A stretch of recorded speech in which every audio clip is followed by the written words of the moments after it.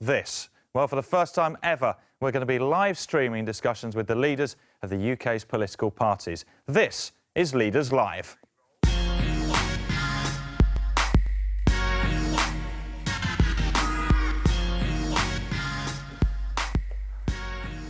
The 2015 general election is coming and your votes are invaluable. Leaders Live, brought to you by TheBallot, is your chance to find out if any of the political parties represent you and the issues that you care about. One thing's for sure, if you don't engage with democracy, you'll continue to be ignored, and the politicians will continue to let you down. So this is your chance to grill the party leaders on their three chosen topics, as well as the People's Choice topic that you voted for online. This week, we're joined by Natalie Bennett, the leader of the Green Party of England and Wales. How are you, Natalie? Very good, thank you. We're very much looking forward to it. Well, this is the first one, so you are the guinea pig. So exactly. I'm gonna say good luck, basically. I might need it. Tonight, Natalie's chosen policies are education, the environment and jobs. The fourth topic, as chosen by you, the online audience, is health. So our studio audience is made up of YouTubers as well as a few well-known faces. There's only 15 of them, but between them they have a reach of millions. And tonight they'll be selecting a mixture of questions and comments from their social networks. How you all doing? You all right? Yeah. You up for this? Yeah. Yeah. Oh, wow, scary. Yeah, for you. We'll also be taking questions and comments from you, our online audience, throughout the show. So if you've got a question or a comment, tweet it at @TheBallot using the hashtag LeadersLive. Natalie, can you tell us, to start us off, in 1 minute, who are the Green Party, what do they stand for, and importantly, who are you? Right, well, my name's Natalie Bennett. I'm the leader of the Green Party of England and Wales, and we stand for a society in which we see real change. We need a society that works for the common good, not just for the few. We need to see multinational companies and rich individuals paying their way, paying their taxes, paying their workers a fair wage. We need to see decent benefits available to everyone who needs them. We need to see free education. This is a public good, which I'm sure we'll be talking about more shortly. We will. And we need to have a whole society that works within the limits of our one planet. Because in Britain, no matter how you live as an individual, collectively we're all using the resources of 3 planets and we've only got 1. So we need to not rest until the last food bank closes because no one needs to use them. We need to see everyone getting a living wage. If you work full time, you should earn enough money to live on. And what we need to do is offer people hope for the future, rather than living in the fear that so many people now feel, a sense of insecurity, a sense that they're really not sure how they're going to pay the bills next week, next month, how they're going to get a job that they can really build their life around. Also not realistic to expect that we'll find another 2 planets, I guess. No, it sometimes seems like we're acting as though, over there on the other side of the moon there's a spare one, and when we've trashed this one we can move over there, but there isn't. Don't rule it out, Natalie. Don't rule it out. The first topic that you've chosen is education. We asked YouTuber Hannah Witten to tell us what issues this area includes. Education is not a privilege, it's a right. So what effect does who governs us have on our education? It affects the national curriculum, which determines which books you read, which historical figures and events you learn about, which languages you can speak, and whether or not you learn how our political system works. At what age should you stop learning another language, or should sex education be compulsory in schools? Education policy also affects universities, tuition fees and student loans. When my mum went to uni, the government paid her a grant to go study. But when I went, it cost me thousands of pounds. Some interesting points there from Hannah. So, Natalie, tell us straight, where does the Green Party stand on education? Are you for it? Yes, very much so, and I very much agree that it should be free. But to go back to start where we started there in terms of the curriculum and the way that our schools work, I think there's a real problem that our schools, our whole schooling system feels like a sausage machine. People are jammed through exam after exam after exam.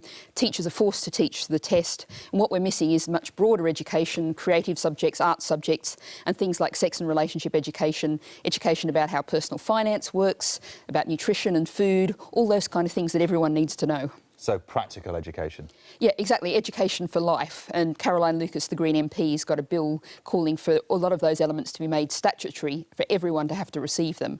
And it's really great that's getting some strong support.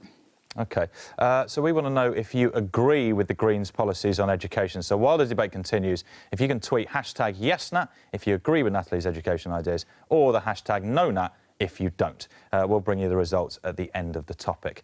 OK, our first question is from Jamal. Jamal, what do you want to ask?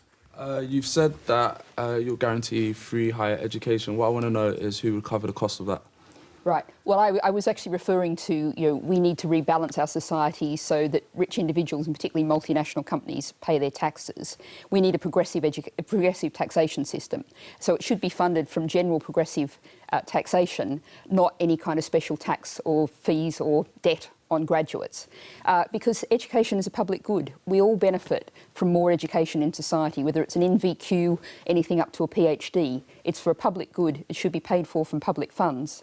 And then if you go on to perhaps get a social work degree and go and run a community garden and never get paid very much, you shouldn't have to go through the next 30 years of your life with the weight of debt on your shoulder, worrying about the fact you've got this loan. And one of the things that really annoys me is lots of people, and a lot of them are Lib Dems, say, it's all right, most people will never pay them off. And that's the fact that you're going through 30 years of your life with that debt that's weighing you down. Those are the years when you'd normally be thinking about, settling down, maybe thinking about buying a house, thinking about having children. And you've got that weight of debt on your shoulder the whole time.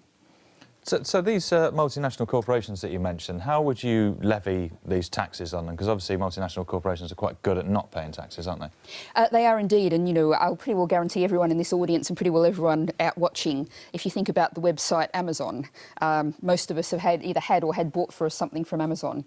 And last year they paid 0.01% of their turnover in tax. And that means they're a parasite. They're sucking profits out of our society and they're not paying back.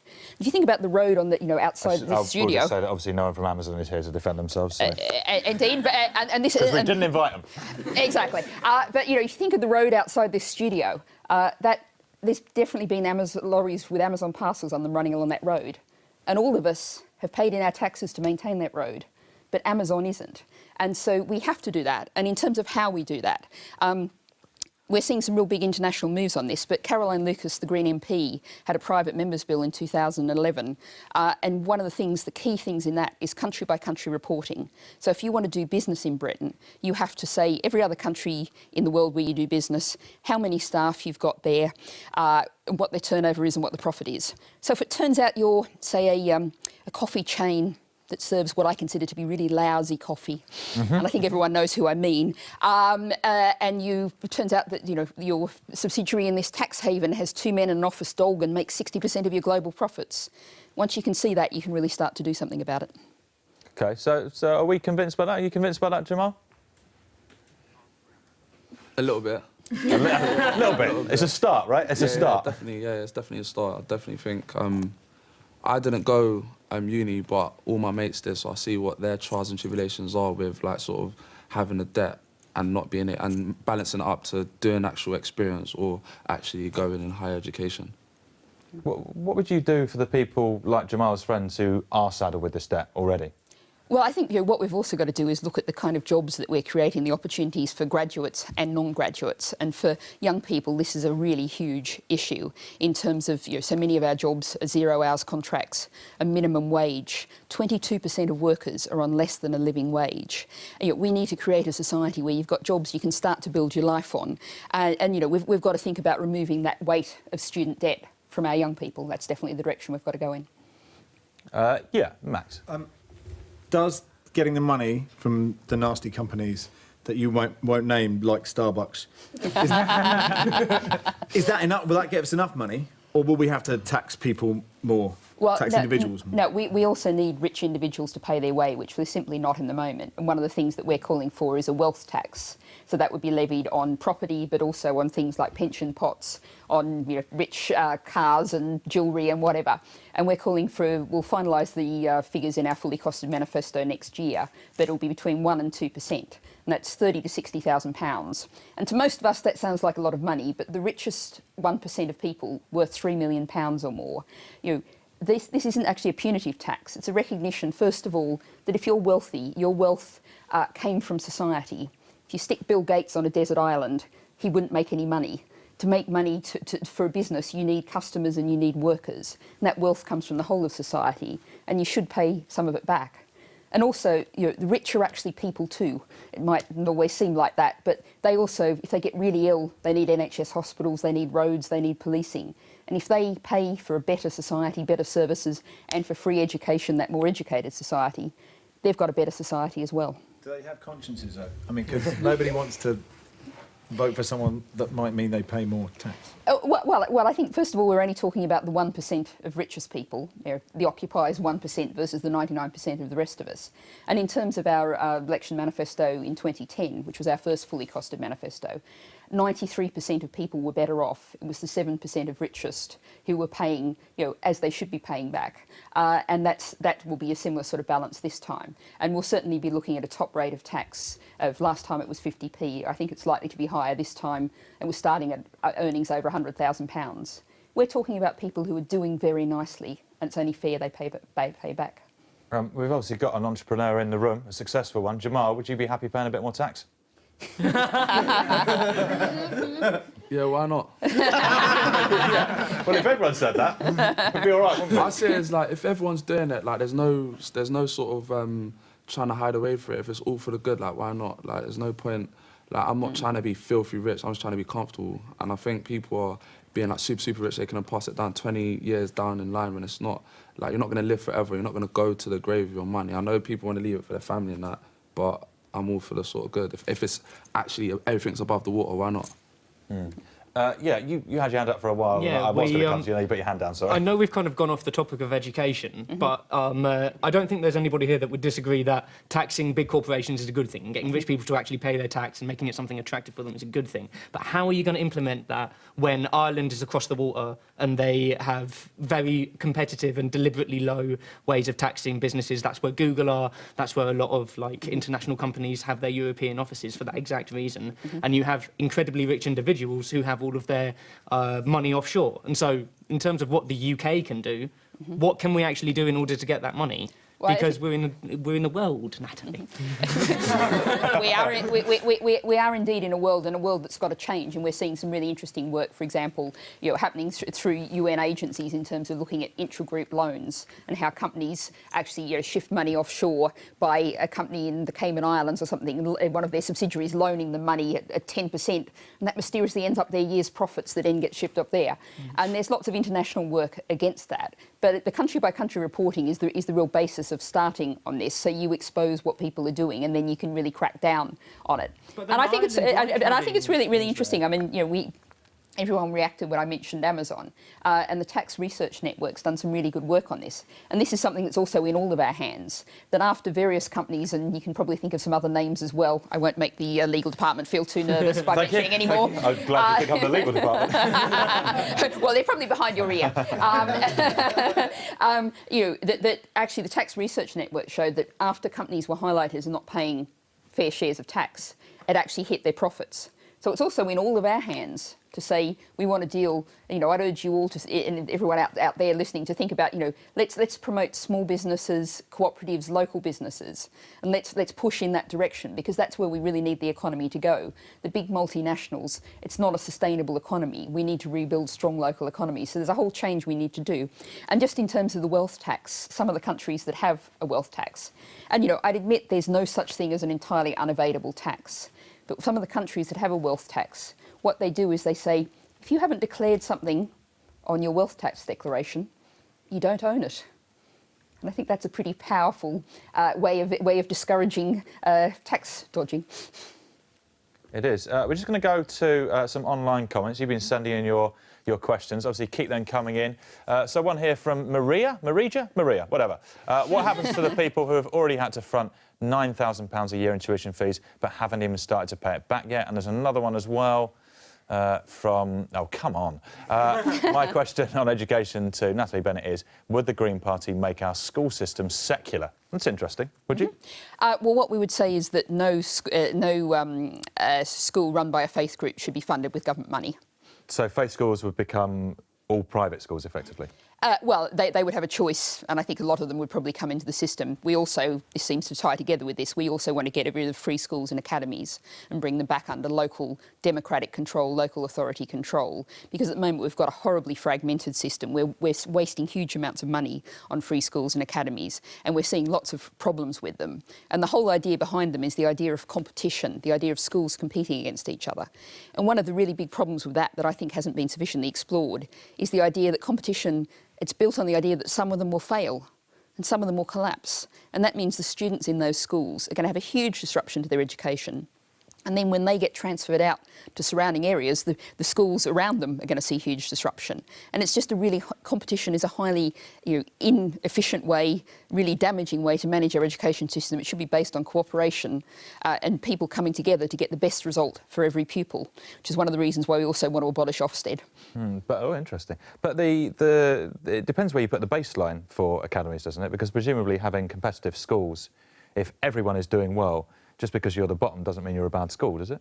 Well, I think, first of all, there's absolutely no evidence at all that academies and free schools have improved standards. Right. That simply hasn't happened. What happened in some of the early ones is they got a heap of money poured into them, and of course that helped. But what we've also very much seen is covert means of selection, and they've also tended to be much more likely to expel or otherwise get rid of difficult pupils. It's part of this whole drive towards the focus is on the exam results, rather than actually trying to make sure that every pupil gets a good, solid, grounded education that prepares them for life. And how would you measure whether they've had that good education? Well, instead of without exams. Yeah, well, we're not saying no exams, but there should be much more continual assessment, much more focus on people just acquiring skills and the kind of knowledge that you need.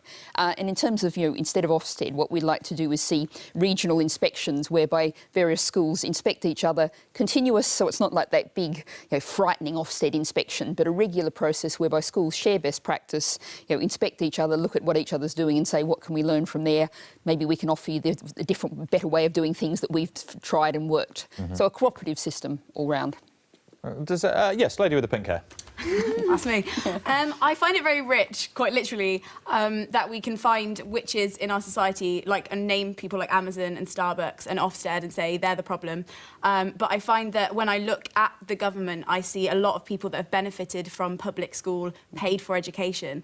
What would you do to make a more diverse level of government where people actually understand what it's like to depend on a comprehensive education? Well, I mean, what you're getting at there is the whole problem of the nature of our political system, which goes to the nature of our parties, the nature of our parliament, first past the post electoral system. What we'd like to do is actually throw out the whole lot and start again. If you look at Westminster, the last big reform in Westminster was women getting the vote, 1918. And we've really got to the point where it's just too late to tinker with it. I very much support the 50-50 Parliament campaign to have 50% women in Parliament. I want to see a much more diverse Parliament, but it's really hard to achieve with the current system.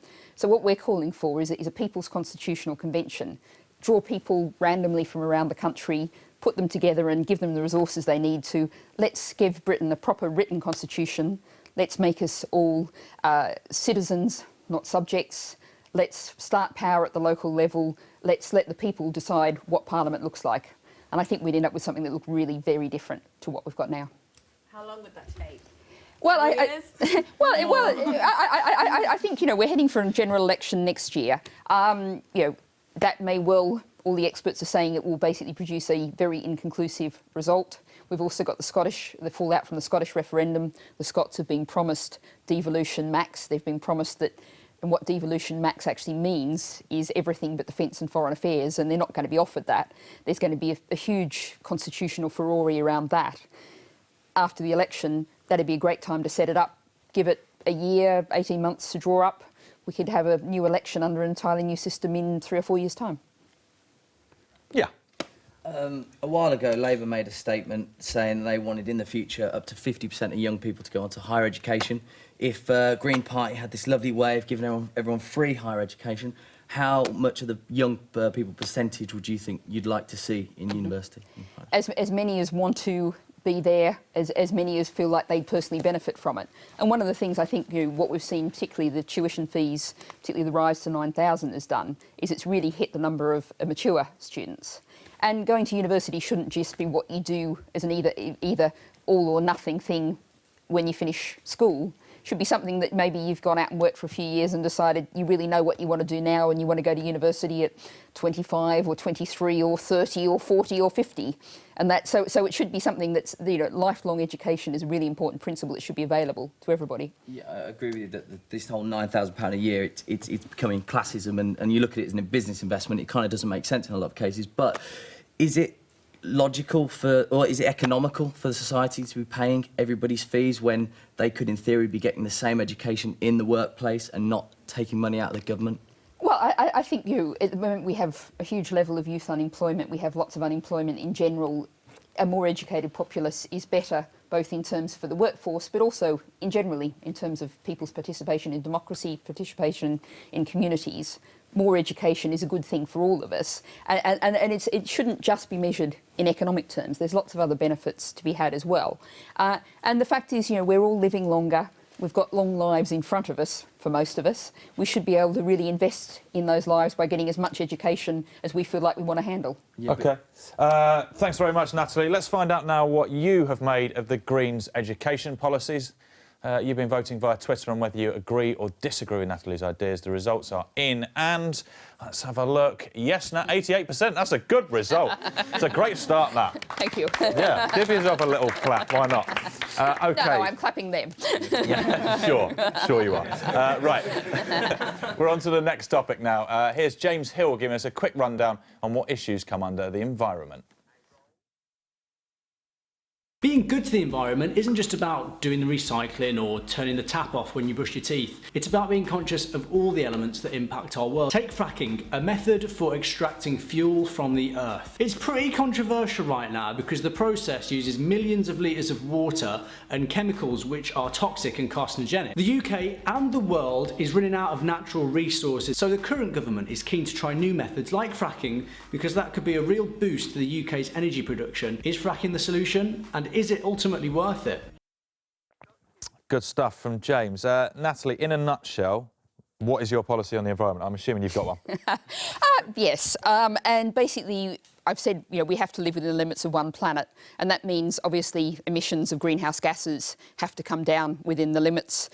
We also have to think about the kind of damage we're doing to our biodiversity. Fact is, we've lost 50% of our wildlife in the past 40 years around the world. We've lost half of the vertebrate animals in the world have gone.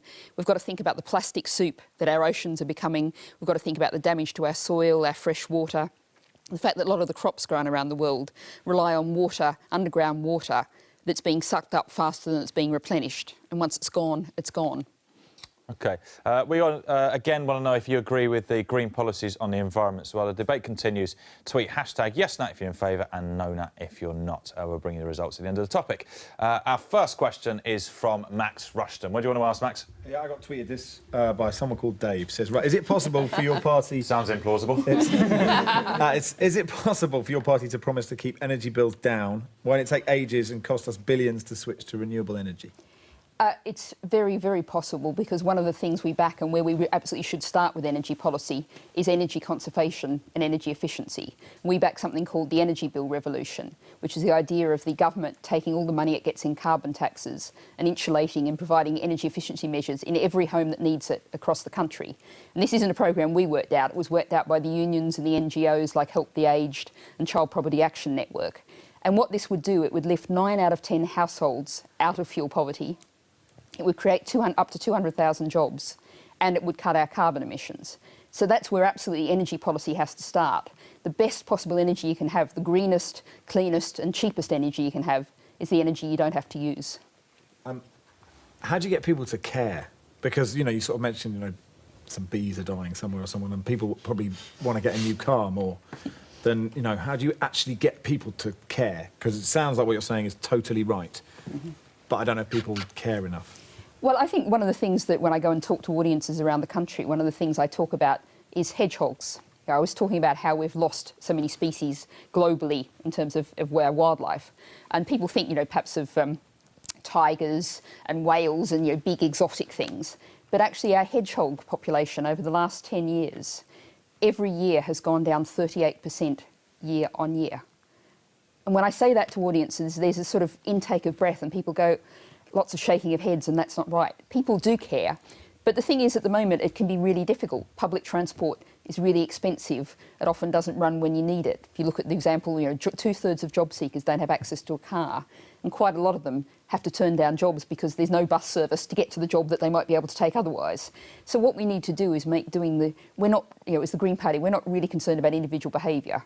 If you personally want to, do the right thing, that's great. But we want to make doing the green thing the easiest, simplest, cheapest, most obvious thing you could possibly do. And so the change needs to be political, societal, economic. The change isn't primarily in individual behaviour. It should just be what you naturally do. And I think, many years ago when I first got involved in politics, I knocked on the door of Regent's Park Estate in central London, not very far from here, and a lovely old lady walking with a stick, and she practically had tears in her eyes, and she said, "I feel really guilty because I can't recycle my newspapers because the bin's 500 metres down that way and I just can't carry them that far." That's not her fault. It's our fault as a society for not making the provision that makes it easy, simple and possible. But people have to care to vote for you before that'll all happen. And I think people do. And, if you look at, for example, there was a YouGov poll out last week that showed if they thought we could win, 26% of people would vote for us. And I'm very encouraged by the fact that the figure for UKIP was 24%. So why don't people think you can win? Well, I think because we've been trained by the first-past-the-post electoral system. People have been voting tactically for a long time, thinking, I'll vote for the personal party that I dislike the second most, stop the people I really hate getting in. But actually, more and more people are really saying that's what's given us the kind of politics we've got now. We've got a failed politics. Rather than keep doing the same thing again and again and getting the same result, we're going to try something different. And that really is my suggestion for a peaceful political revolution. Look on the websites, look at the parties, go along to a public meeting if you can, work out who of your local candidates is the person you most want to vote for and simply vote for them. And if we could do that, we could have a peaceful political revolution. OK. Yeah, at the back. Hiya. So I was just thinking about environment stuff. Recycling, for example, I was thinking about how this applies to me. So I'm really excited. I just moved out to my new place. Council I'm in have recycling, but they only let me recycle certain things. And like some things that I know is recyclable aren't, I can't for some reason. And when I lived in a different council, it was a completely different set of things. You earlier talked about making things local, and more control locally. So how would the Green Party sort of implement recycling, make it easier and more accessible for everyone across the board? I mean, your example of the lady walking down the street, if the government in the areas are more local, how would you... Well, I think I was talking about local power, and one of the problems we've got at the moment is the fact that local government is seeing its power and particularly its funds available to it slashed away, so it's really struggling. And they're just being reduced to doing statutory services and nothing else if we keep going on the way we're going with austerity now. But what we need to do is actually make all kind of decisions at the right sort of level. So, for example, it would make a lot of sense for all of the councils in London, say, to get together and agree a recycling system that works right across the city. So when you move house, you don't have to get familiar with a whole new different system if you happen to have moved across the borough boundary. But I think also one of the things that, whenever we talk about recycling, we have to go back a step and think about, those kind of packaging that you have to need a screwdriver and a pair of scissors and you have to hack away at it and you usually probably end up slicing your finger on the packaging while you do it. There's so much packaging that's utterly unnecessarily bulky, just too much. And before we start to even talk about recycling, really what we should start to do, look at reduction. How do we end up with using less stuff? We want to get to a circular economy where we recycle absolutely everything, but we want to recycle a lot less stuff by having less stuff that you even think about putting in the bin to start off with. Is it embarrassing for you that the one green council, Brighton and Hove, has one of the worst recycling rates in the country?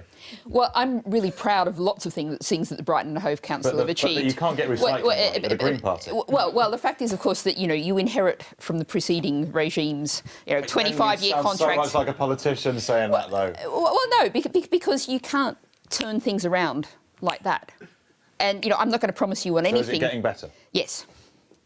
No, Where's it? It's not getting better. There should have been a strike the other day, which just got called off. Yeah, no. And since you've been in government local, there's been up to at least 5 strikes. Bins have been left for weeks in Brighton and Hove. We have had a problem with bin strikes, and that arose out of a situation where we were dealing with a long-term historical situation where there was a disparity in the allowances, where mostly female workers in the council were paid a lot less than they should have been compared to the males. And that was a situation that we had to fix, and that's something that we have fixed. And, this is also at the same time where we've actually seen a 40% reduction in the chief executive's pay, and we've got very close on Brighton Council to a 10-to-1 ratio, which is something we call for in organisations around the country, that the top paid person isn't paid more than 10 times the lowest paid person. Well, we've also listed the pay of the lowest paid person. But Brighton and Hove is a code red area when it comes to recycling. Yeah, So and there that needs, is terrible. and there needs over 300 to be big improvements. But massive. Bottom 20 out of 340 or so authorities in England. So what are you going to do about it? If you can't do it on a local level, how will you ever do it on a national level? Well, I think you've got to look at the situation that we inherited all kind of contracts, and this is one of the problems with outsourcing. The whole problem of outsourcing is that one council, one government commits to an outsourced 25-year contract. Once you're stuck in that, you're stuck in that system. It's not possible to change it once you're tied into a contract. And that really is where you get into the whole problem of outsourcing of government services, which is an utterly failed model of how we should run our public services. We shouldn't be going for outsourcing. It's expensive, it cuts workers' pay and conditions, and it really leaves us with a problem. OK. Yeah, got the end here. Sure. So aren't you just kind of pandering to some kind of populist agenda rather than actually being very good at governing in Brighton and Hove, for example, where you tried to update a roundabout, but then people protested about a tree and suddenly your council came out against their own policy? It doesn't seem very coherent. It seems that you're just kind of pandering to the will of people, just one day a different thing. Well, I think if you want to look at sort of actual objective achievements in Brighton and Hove, there were 50,000 more overnight visitors in what is primarily a tourist town. It's remained the best, the most successful overnight tourist town, and that's a figure that shows real success. We've got a situation where through the Living Wage Commission, there's now 130 businesses in Brighton that are paying the living wage. If you look at the fact there's a whole slew of awards that we've got for transport schemes, for environmental schemes. We've done very well with the schools. We've actually helped to fight off a forced academisation of a school very recently in Brighton. There's a really long list of achievements there that we can point to, and I'm proud of the Brighton and Hove Green Council and what they've achieved. And the other thing that's worth saying is that we are there, and this sounds very technical, but we're a minority administration. That means we haven't got the numbers to get anything through the council unless some other councillors from another party back us. Now, what we called for a couple of years, in 2014, we were calling for a 4.75% increase in council tax. Under Eric Pickles, that means we'd have to have a referendum. And we were actually prepared to go to the people of Brighton and Hove and say that government austerity is causing huge damage. We can't change what the central government's doing, but we want to raise council tax so that we can support social care in the city, the care that we're providing for the most vulnerable residents. We want to go to the people and ask them to vote for this council tax rise. Now, very sadly, Labor voted against that with the Tories to stop us doing that. And that wasn't against the council tax rise. That was against having a referendum that would have let the people decide. And that was the option we wanted to go for. And simply we didn't have the numbers to do it. Pretty frustrating politics, really, isn't it? Thanks, Natalie. But what did you make of the Green Party's environment policies? You've been voting on whether you like the sound of them. The results are in, and 84% agree with you, said YesNat, 16% NoNat. Not as good as the last one. Disappointing. No, well, I didn't get the chance to talk about fracking and why fracking's an extraordinarily bad idea. Perhaps that would have lifted the percentage up. Do you want to do, like, 15 seconds on fracking? Yeah. We have to leave at least 2/3 of our known fossil fuel reserves in the ground to avoid catastrophic climate change. Fracking means going to find more. It's entirely the wrong direction, and it's a distraction from the renewable energy that we should be focusing on. Good stuff. Gone up to 90% now. OK, on to our third topic, something that matters to everyone, jobs. Over to Ellen. We're still recovering from a double-dip recession. Unemployment levels are dropping, but they're still high with lots of people in long-term unemployment. Young people come out of uni having spent thousands on an education only to find it incredibly difficult to find a job, let alone a graduate job. Even many people in work are losing money as their pay rises fail to match the rise in the cost of living, or are non-existent. And more people are having to retire later and later. A very nice summary from Ellen. So, Natalie, give us an overview of the Green stance on jobs policy. Yeah, well, first of all, we should make the minimum wage a living wage. At the moment, the minimum wage is $6.50, yet it's calculated to live to a very basically decent standard of living. And to give an example of this, it allows for 1 week's holiday in Britain a year. That's calculated as a minimum you need is $7.65 an hour. So there's a big gap between living costs and what the minimum wage is. And yet 22% of workers are on less than that living wage. So people can work full time and not earn enough money to live on. And what we've seen is, we saw the previous Labor government bring in the minimum wage, and that was great, but they've gradually allowed the value of that to slide, and since this government's come in, it's got even worse. And the previous government topped that up with family tax credits and housing benefit. Now those benefits are being cut away. People are left really struggling and floundering. And last year, 1 million people went to food banks in Britain. This is the 6th richest economy in the world. And yet a lot of those people were actually in work but not being paid enough to feed themselves and their families. Obviously, we want to know if you agree with Natalie's policies on jobs again. So while the debate continues, tweet #YesNat if you agree with the Greens' ideas and #NoNat if you don't. We'll get you the results at the end of this section. OK, so our first, obviously, you keep your questions in the comments coming in because we need your thoughts. Our first question is going to come from, let me flick through my cards. Here it is. It's from Strategos. How would you create jobs in economically neglected parts of the country, i.e. the north of England? Yep. Well, I mean, this is one of the huge problems. And one of the first things I'd say is don't build HS2, the high-speed railway, which has been billed and sold as helping the North and the Midlands, but actually will just concentrate and focus more people, more money, more resources on London. One of the things we desperately need to do is invest in transport in our local areas, in intra-regional transport, in moving people east-west across the country on rail lines that don't focus on London. We need to do that. We also need to rebalance our economy, and this government came in talking about rebalancing our economy away from the financial sector towards manufacturing, and I'd also add to that very much food production and food growing. We've abandoned all talk of that now, and we still have our fraud-ridden, corrupt, overly, massively too large financial sector that sucks in people, resources and money that means they're not available to the real economy in the rest of the country. OK. Yeah. Don't look so scared. Just talk. I wasn't sure if you were pointing at me. Is my point bad? Yeah, exactly. Oh, I'm so sorry, guys. I'm going to work on the point. I've got a question from someone on Twitter who asks, what's the Green Party's stance on unpaid internships? We're absolutely opposed to those. If you're doing what's a job, then you should be paid for that job, and you should be paid the minimum wage, which should be a living wage for that job. And I think one of the things that I've seen professionally before in a previous life, I was a journalist, and someone yesterday at the University of Bath was asking me, how did your career start? And they were sort of just totally shocked because I did a degree, and then I went and started in my first job, and I was paid a decent sum of money, not even a trainee wage or anything. I did the job and I was paid for it.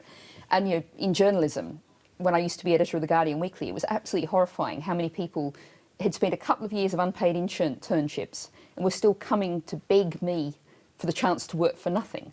And that's, what's happened is all of the starter jobs, the kind of jobs that graduates used to work into, they've now all actually become unpaid internships.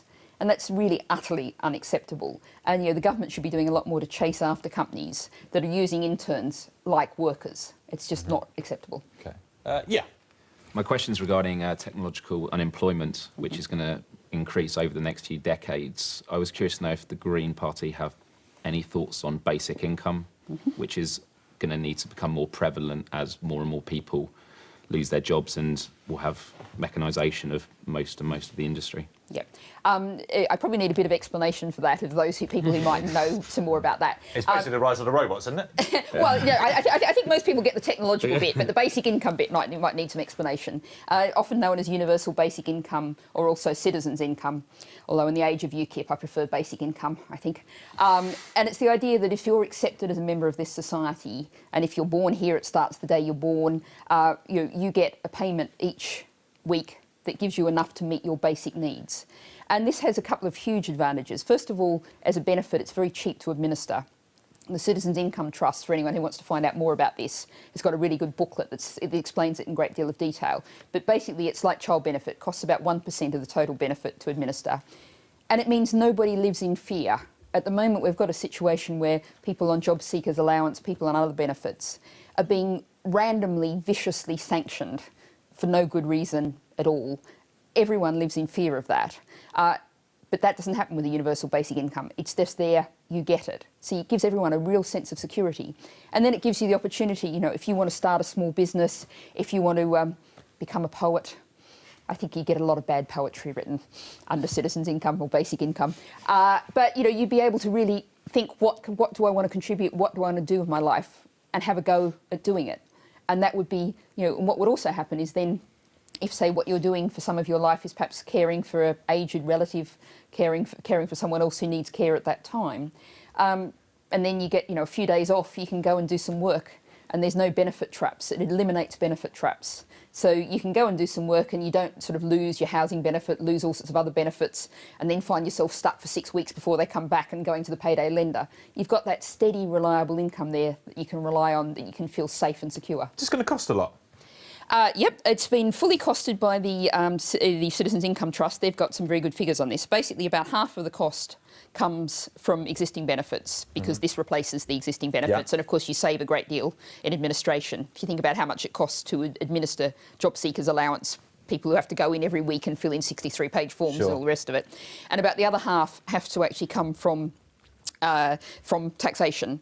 But what happens, of course, is, a large number of people, once you earn enough money, you simply pay it back in tax. So for most people, it's actually revenue neutral. You pay it back. But because it's paid to everyone, there's a very simple administration. Right. Yeah, Matt.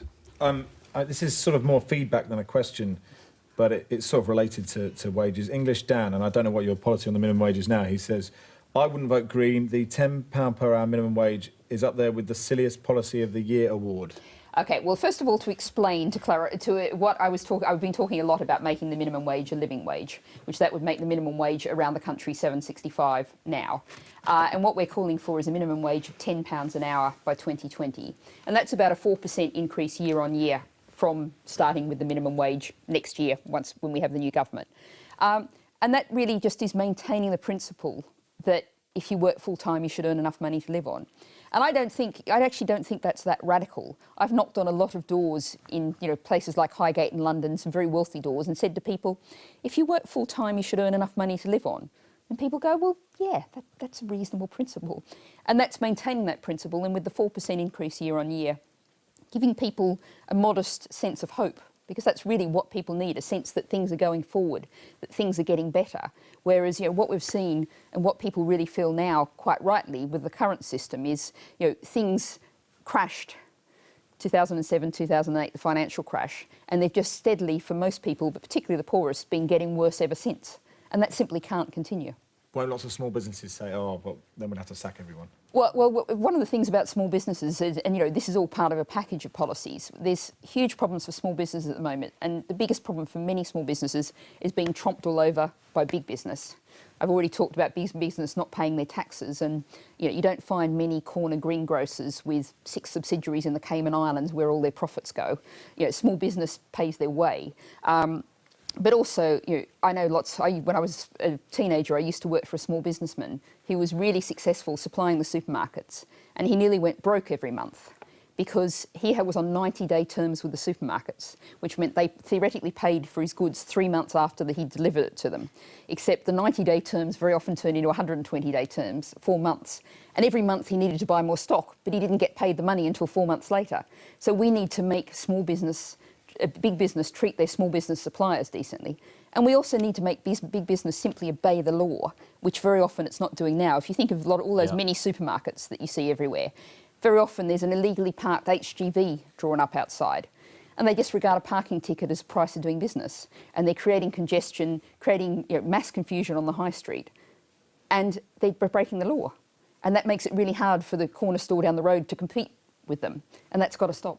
Okay. Kenny? I was going to say, Natalie, getting a job right now is very difficult, particularly if you're ethnic minority or you're a young black male like me. You're almost twice as unlikely to get a job. So what would you do to tackle that? And what would you do to tackle the fact that, depending on what social class you're from, determines the kind of job you get? So, for example, a lot of people who are MPs, a third of them are coming from private schools. What do you do to tackle that, to ensure people like me and other people get those kind of jobs? Yeah, I think that discrimination is a huge problem, and it's pervasive through our society. And I think certainly in terms of public sector and people who supply public sectors, we should be enforcing basic anti-discrimination laws, like insisting that they use anonymous CVs for shortlisting, and applying all the kind of rules. And there's whole sets of rules out there that we know that help to level the playing field. So we should start with that. But we also need to, I think, tackle the kind of rhetoric that we're hearing in this country around race, around issues of black and ethnic minority communities who are feeling under assault from UKIP and their like. And that's a real problem, and we really need to speak up about that. And, you know, Jenny Jones, the London Assembly member, has done a lot of work on stop and search. And just all around our society, there's discrimination everywhere, and we've really got to tackle that. So how's the Greens going to tackle that too? What policies do you have to tackle that? Okay, well, as I said, in terms of if we had, you know, government contracts, and one of the things we've done in terms of councils is we're very much pushed making councils living wage councils, and say that if you have a contract, you have to pay the living wage. Then also say if you have a contract, you know, have an outsourced contract, or indeed the council itself, you should employ absolute best practice in non-discrimination in recruitment. So, for example, I was giving the example of if you take names off CVs, so you know you can't identify from the CV, then you get to a shortlisting process that's much fairer. Okay. Yeah. It seems like a lot of these policies are very kind of middle class orientated, paying a living wage and everything. That doesn't help people out of work. That doesn't help people kind of get a job if they don't have a job, because the barrier to entry is so much higher. It will cause kind of, if a lot of people are paying a minimum wage of £5, then if you suddenly raise it up to 10, half the people there are going to lose their jobs. It doesn't seem like your policies actually help the people who you kind of say they should help, and it really just helps kind of a middle class of people who are your main kind of constituent voters. Well, first of all, I would say that the minimum wage is £6.50 an hour, although sadly that's utterly, you know, not sufficiently enforced by the current government. And one of the areas in which, you know, some of the workers in our society doing some of the toughest jobs and worst paid are home care workers. And they don't get the legal minimum wage because they're paid for a 15-minute appointment there and a half-hour appointment there and a 1-hour appointment there, and not paid travelling time in between. So, you know, what we actually have to do is, you know, get jobs paying enough for people to live on. I talked about 0 hours contracts. We have to ban 0 hours contracts. That's something that very much affects the lowest paid, although it's also creeping into things like universities and medicine. So what we have to do is actually get, you know, and it's very much the 22% of people on less than the living wage. They're the ones we're very much focusing on helping. And in terms of benefits, I mean, I've talked about universal basic income already, but one of the other things that I say that, you know, we absolutely have to tackle the kind of rhetoric we're getting and accept that benefits should be there available for everybody who needs them, and not grudgingly, not in a way that makes people feel like they're charity, not in the way that they're at risk of random sanctions just making their life absolute hell. So what we've got to do is actually say, if we want to be a decent, humane society, we should give benefits gladly, except that if we're decent and humane, everyone should have a decent standard of living. Except that since 1997, when the minimum wage came in, youth unemployment has risen every single year, even in the boom years, consecutively. So it's a nonsense to say that, to kind of try and shift the question away from the minimum wage. When people brought in the minimum wage... You just started talking about benefits, which isn't what anyone was asking about. No, you asked me about benefits. I'm sorry, you did ask me. I asked you about the minimum wage, and now you're being very politician-y. Well, I'm sorry, but I invite people to wind the tape back. You asked about benefits. That was in your question. It wasn't. But it was. But when people brought in the minimum wage, people said, oh, this is going to cause widespread unemployment. It didn't. And if you think about practically what this actually means, you think about, you know, Joe's Cafe on the corner. If the street sweepers outside are paid a decent living wage instead of the minimum wage, if the home care workers going past are actually, you know, not just paid the legal minimum wage, they're not now, but actually paid a living wage, they'll be able to afford to go in and have a cup of tea, maybe afford to go in and have a cup of tea. Or maybe they won't have the job at all, and what you'll get is more mechanisation. You'll get more in Tesco self-service checkouts than people actually being paid to serve you. I think we're going to wrap this up, but I think you two are going to go for a little drink after. I think you're getting on famously, and I really like it. If you can keep your questions and comments coming in at home, what did you make of what Natalie had to say about jobs and the economy? We can find out. You've been voting on Twitter. The results are 82% yes, Nat. Still pretty good. So the Greens are out in force on Twitter tonight, it seems. OK, on to our fourth and final topic now, chosen by you, the people. This is health, presented by Lena Normington. Our NHS, our great British National Health Service, was formed as a political and cultural reaction to the depression of the 30s and the devastation of the Second World War. People in other countries have to pay to get well. What the hell? The fact that people my age in the UK have grown up with the NHS, and in some cases literally born into it, often mean that it's an assumed and almost invisible pillar of society for us. But can you imagine a Britain without it?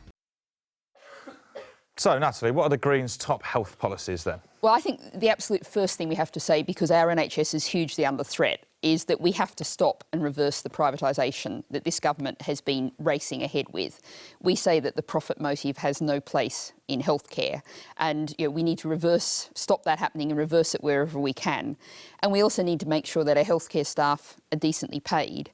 And the third thing I'd say is we also need to think about there's lots of things outside the control of the NHS that make us a profoundly unhealthy society, whether it's huge problems with air pollution, whether it's overcrowded housing, contributed to by the pernicious bedroom tax, whether it's the fact that people are stressed. We've got some of the longest working hours in Europe. People are stressed, overworked. A lot of people are stressed by being underworked with 0 hours contracts and not being able to get as much work as they want. We have a society that is profoundly unhealthy. But what we have to do is make sure we properly fund our NHS, properly pay our staff, and do that in the public sector. But the NHS is incredibly expensive and the cost is going up. How can we afford to do that?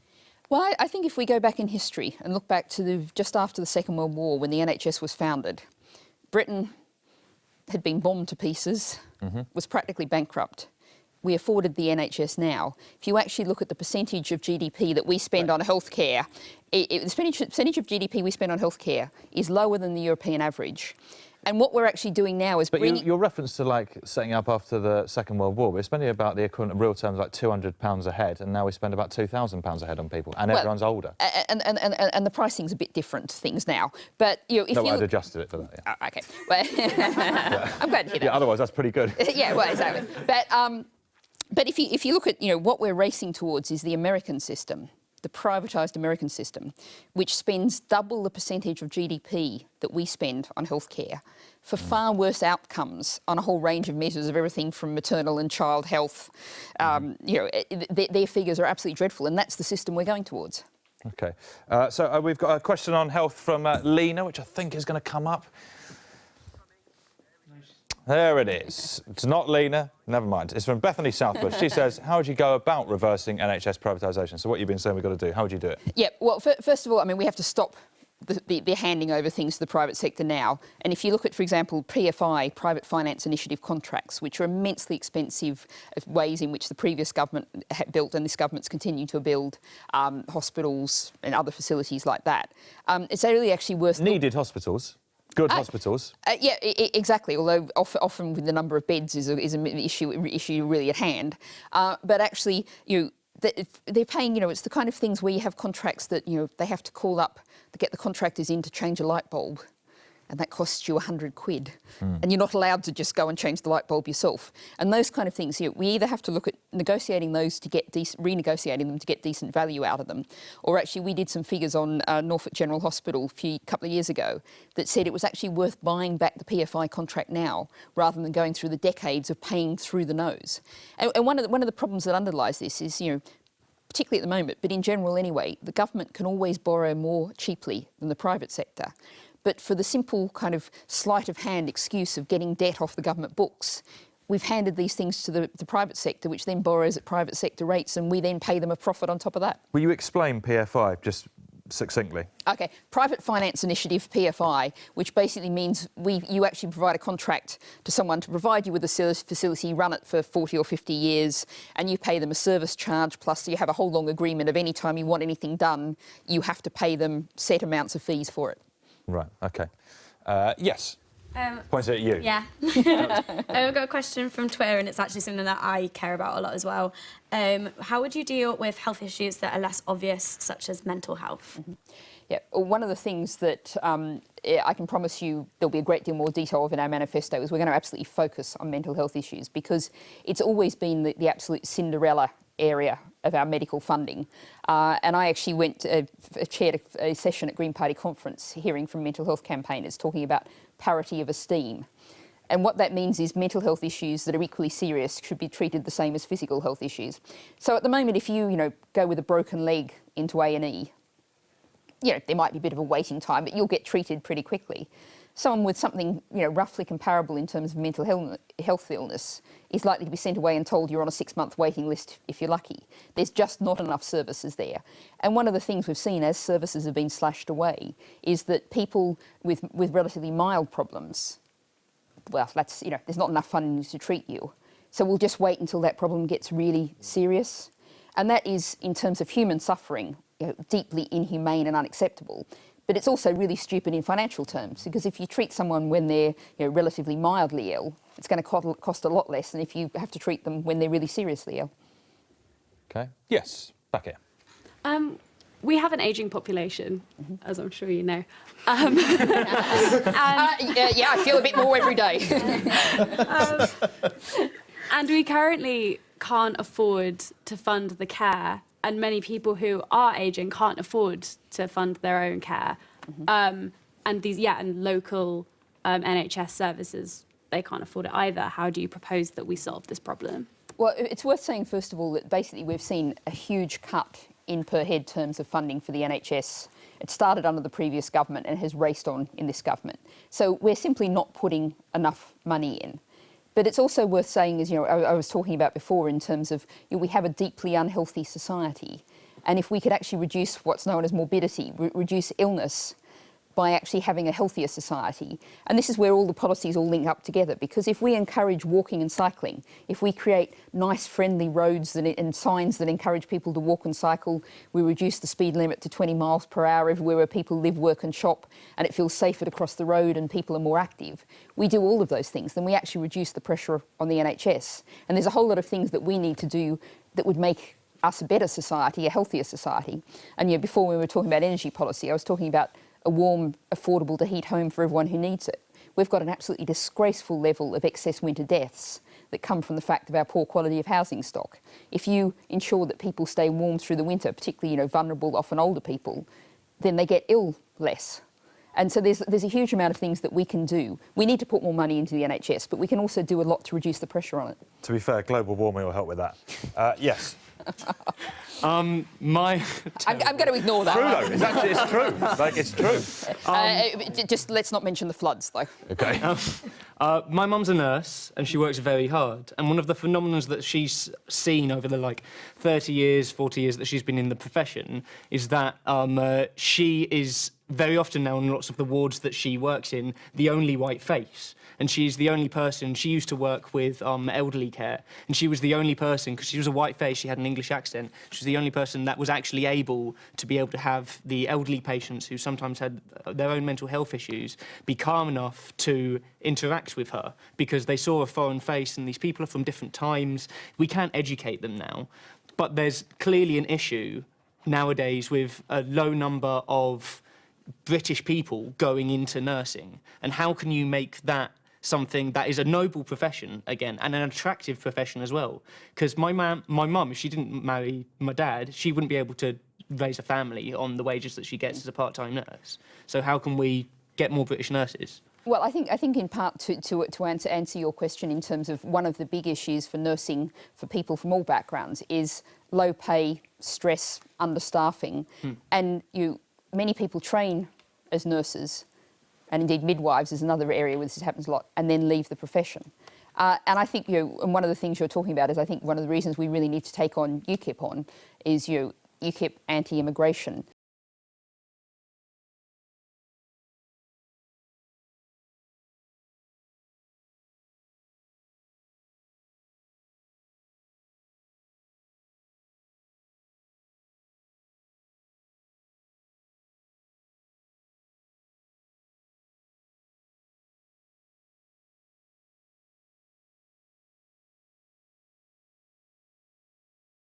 Train more people in Britain, but I don't see that immigrant medical workers are any kind of problem. They're a huge asset to the NHS and they're a huge asset to all of us. But sometimes it's not their fault, and it's not like we are generally a much better society nowadays. But the fact is, it's not possible for them to work very well in those conditions because of the views that people of a certain age who are possibly in a different state of mind than they would have otherwise been, it's very difficult for them to work in those environments. And so how can you make that environment better for both the patient and for the nurses, so they don't have to go through the stress, because it can cause a huge amount of stress? Yeah, well, I think we have to actually value, pay people, retain the staff that we've trained, and that I think is one of the key areas that's true of all health workers right across the board. Yeah, And we've just seen a situation where I was on the picket lines again just up the road from here. NHS staff who would just have absolutely had enough. Midwives out on strike for the first time in their 123-year history because they've just seen their pay in real terms is just plummeting. And they're also, finding that they're really struggling to give the kind of quality of care they want to because there's just not enough staff. And that retention issue is something we need to pay people properly, and we need to make sure they're working in safe, reasonable conditions. And one of the things about this government that really horrified me was this idea that if people provide unsafe care, we're facing criminal charges. And I'm sorry, that's not. Let's not blame the junior people at the bottom. Right? Yeah, I just want to take a comment from online, actually. Still get yours in. We've got a little bit of time left. Sack, what are your views on decriminalising marijuana in the UK? Right, well, we basically believe that drugs should be treated as a health issue, not a criminal justice issue. We would call for a Royal Commission to look at the whole drugs issue. And I think one of the things that's just happened is Caroline Lucas, the Green MP, got a debate in Parliament and it took the help of Russell Brand and more than 100,000 people out there to sign a petition to get this debate, to say that we should simply have an assessment of the impact of the 1971 Drugs Act. There has never been one. And we know the war on drugs has failed, and we need to take a new direction and treat it as a health issue, not as a criminal issue. So you decriminalise but not legalise? That's the direction we want to head in, yeah. OK, who's in favour of decriminalising by show of hands? And legalising? Anyone? Why are you in favour of legalising? Just when you look at the problems that come with prosecuting people for non-violent crime, a lot of that would be eradicated, sorry to be so simplistic about it, by decriminalising it. You take it off the black market, you mean you can control the quality. By legalising it. Can you give a quick difference between decriminalising and legalising? I do just want to pick up a particular point here because I think it's really important to highlight, because at the moment the situation we have is there's a huge amount of police discretion in how they treat people who they find in possession of small quantities of drugs. And at the moment, what's happening is you see large numbers of people from minority communities are far more likely to acquire a criminal record, and that's going to affect the rest of their life. Whereas if you actually look at the situation with people from relatively privileged backgrounds are far less likely to be affected by that, even though they're actually not less likely to be using drugs in the first place. Yeah, go on. I did have another question from Twitter. If that's all right. Oh, go on. Yeah. Quickly, though. I actually had two really good ones, so I'll pick. What is to be done about TTIP in relation to healthcare? Because I think that's a really, really big issue. OK, all right. Well, this one will take a bit of explanation. Yeah, do it quickly, though. Quickly, all right, OK. This is the proposed EU-US free trade deal, which would actually potentially massively affect the NHS in terms of once you've privatised it, it would be effectively impossible to bring it back into public hands. That's not the only issue about TTIP, and I want to be careful when we're campaigning to, people sometimes say, oh, we can just exclude the NHS from TTIP and it'll be fine. No, it won't. The whole thing is a really bad idea. It talks about, harmonisation of standards. The Americans, their factory farming is so bad, they wash chicken carcasses in bleach. I don't want to harmonise European standards to that kind of level. And the other factor is something called the, investor-state dispute settlement procedure. And what this actually means is national governments, democratically elected governments, could be prevented from actually changing a law in a way that hits the company profits, because a company could sue them for, say, tightening environmental regulations, tightening workers' rights standards.